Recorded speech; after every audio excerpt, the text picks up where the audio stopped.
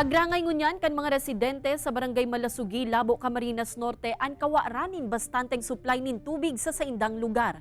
Igwaman subuot ni nagbubulos na tubig sa mga gripo, alagad tuyong matanga sana asin kun minsan pawara-wara pa. Huli kay ni sa bubon na sana nagtatsagang magsakdo ang mga residente para may magamit na panghugas, panlaba asin pangkarigos.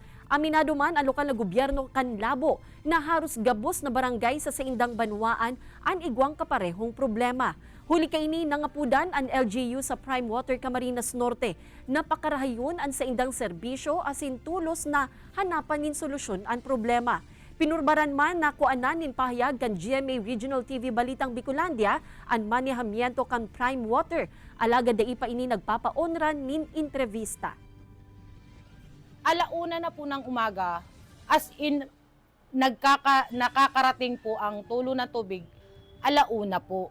Ngayon po, yung pagkadating pa po ng tubig, sobrang hina pa po siya talaga.